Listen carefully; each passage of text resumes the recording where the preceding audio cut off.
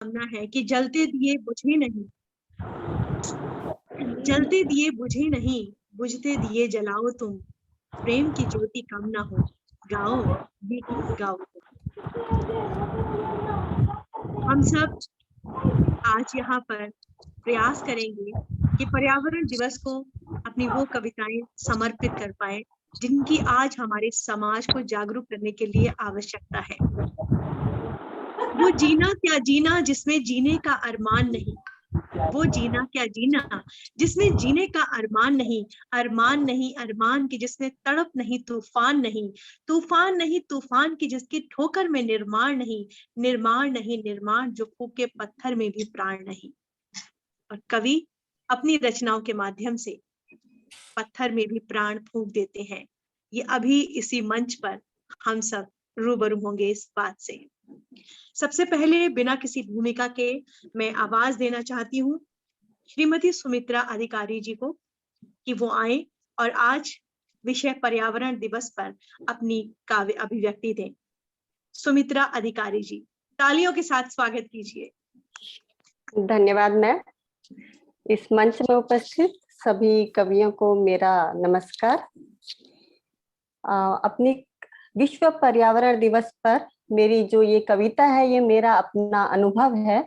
उस अनुभव को मैंने शब्दों में प्रस्तुत करने की, शब्दों में लिखने की कोशिश की है।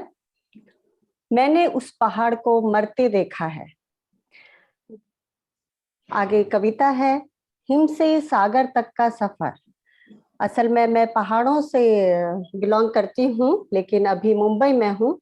तो हिम से सागर तक का सफर, नए लोग, नया शहर, नीले रंग की चुनर ओढ़े शांत समंदर, मीलों लहराता झुरमुटों का आंचल, पृष्ठ में बाहें फैलाए सीना तान, सयाना वह अभिभावक समान, अविचल अडिग लिए मंद मुस्कान, कोई जाना पहचाना सा लगता था, अजनबी सागर के उस पार वह पहाड़ अपना सा लगता था।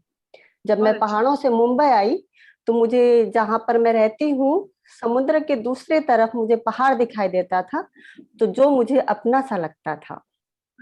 अजनबी सागर के उस पार वह पहाड़ अपना सा लगता था।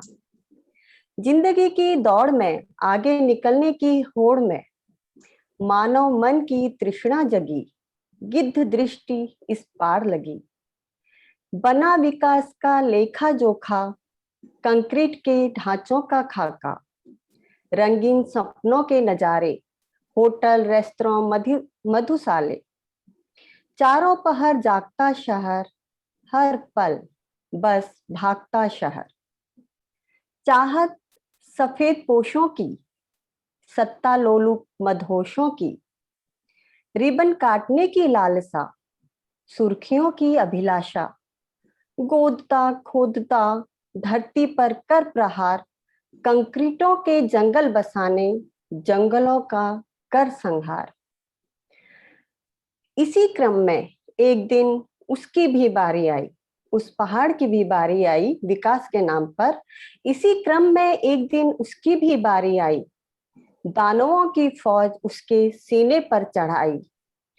चला हथौड़ा जब पहली बार, रोया था वह जार जार, टूटता रहा कटता रहा, हुआ छिन्न मस्तक बार बार।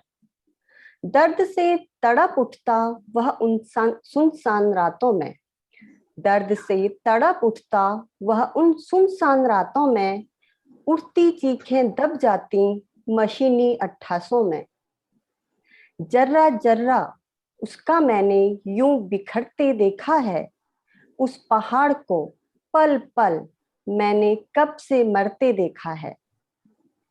अंतिम सांसें गिन रहा वह, अंतिम सांसें गिन रहा वह, भीष्म सरीखा निहार रहा, मानव का रखवारा था, चीख चीख पुकार रहा। प्रकृति के बिना ए मानव, प्रकृति के बिना ए मानव, जीवन का क्या औचित्य है, पर्वत जमी और जल बिना तेरा क्या अस्तित्व है। वक्त की सुइयां परख रही, ले सीख तू सूनी राहों से, खालिस विकास का क्या करेगा पूछ कांपती बाहों से। आज जो रहा है सुनी पड़ी हुई है, ये सब हमारी लापरवाही का ही परिणाम है। तो पर्वत टूटने की कगार पर है, टूट चुका है, के बाद भी हमें सीख देते हुए कह रहा है कि ले सीख तू सोनी राहों से, खालिस विकास का क्या करेगा पूछ कांपती बाहों से। मानव शुभचिंतक पर्वत आज भी शुभचिंतक की तरह खड़ा है और कह रहा है कि मानव शुभचिंतक उसे आंखों से ओझल होते देखा है। उस पहाड़ को अभी अभी मैंने मरते देखा है, उस पहाड़ को अभी अभी मैंने मरते देखा है। धन्यवाद। बहुत ही यथार्थ से पूर्ण आपकी अभिव्यक्ति थी। इस सच्चाई में हमें ये स्वीकारना ही होगा कि पर्यावरण की स्थिति वहां तक पहुंच चुकी है जहां पे आप कह रही हैं कि पहाड़ को मरते देखा है। और हम सब प्रबुद्ध जन को ये सब सोचना होगा किस तरह से हम अपनी रचनाओं के माध्यम से, कहते हैं कि कविता क्रांति लाती है, हम अगर किसी को प्रेरित कर पाए अपनी रचनाओं के माध्यम से तो हमारी रचनाओं की सार्थकता होगी। जाग उठी सूरज की किरणें, जाग उठी सूरज की किरणें, वापस लौट आई है बहार, पौधे संवरे सब्जा निखरा, धुल गए फूलों के रुखसार, वापस लौट आई है बहार। इस कामना के साथ मैं आवाज देती हूँ नीरू सिंह जी को कि वो आज अपना काव्य पाठ प्रस्तुत करें। नीरू सिंह जी का स्वागत तालियों के साथ कीजिए। धन्यवाद मैम। मैं बहुत ज्यादा समय नहीं लूंगी, मेरी छोटी सी कविता है और मेरी कविता का शीर्षक है पेड़। मेरी पंक्तियों पे ध्यान दीजिएगा कि मैंने जो लिखा है, जो प्रयास किया है, क्या वो उसे मैंने अपने हम सबके जीवन से जोड़ पाया है कि नहीं। तो मेरी कविता का शीर्षक है जी जरूर, स्वागत है आपका। धन्यवाद मैम।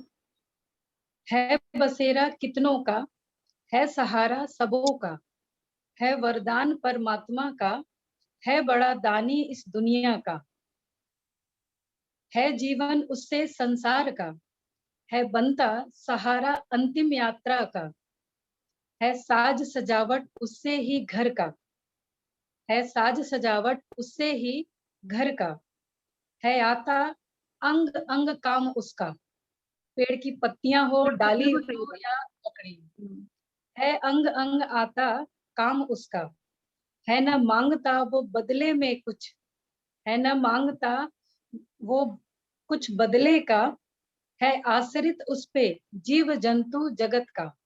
हर एक जीव जंतु, छोटे चाहे मनुष्य हो या जानवर हो, हर उस पे आश्रित है काट रहे स्वार्थी, है काट रहे स्वार्थी इंसान इसका अंग अंग, है काट रहे स्वार्थी इंसान इसका अंग अंग, है रहा उजड़ जीवन वन का, है बसा रहे शहर छोड़ गली गांव का, है बसा रहे शहर छोड़ गली गांव का, है ढूंढ रहे मकान त्याग कर मानवता को, है ढूंढ रहे मकान त्याग कर मानवता को, है घेरा जब कष्ट ने, है घेरा जब कष्ट ने आज काल बन सबों का, हे स्वार्थी मानव अब तो संभल जा रे, हे स्वार्थी मानव अब तो संभल जा रे, है ढूंढ रहा आज प्राण वायु काट के स्रोत उसका। तो धन्यवाद। मेरी ये छोटी सी कविता थी। बिल्कुल, बहुत सुंदर, बहुत अच्छे, बहुत सुंदर, बहुत अच्छी कविता पढ़ी आपने। और ये सच है कि पेड़ का हर अंग काम आता है, हमारे औषधि बनाने से लेके खाना बनाने तक हर चीज काम में आती है। अंतिम यात्रा में भी वो साथ भी हम इतने खुदगर्ज हो जाते हैं कि हम भूल जाते हैं, उनके द्वारा की गई भलाई को भूल जाते हैं। नीरू जी के लिए मैं कहना चाहूंगा, नीरू जी जो हैं कम, बहुत ही लिमिटेड शब्दों में बहुत छोटी सी कविता रचती हैं, लेकिन एक छाप छोड़ जाती है सबके दिलों पर, सबके दिलों पर एक छाप छोड़ जाती है। इस चीज को मैंने गौर किया है। समय 3 मिनट का है तो 2.5 मिनट में खत्म कर देंगे पोयम, लेकिन बहुत जोरदार लिखती हैं।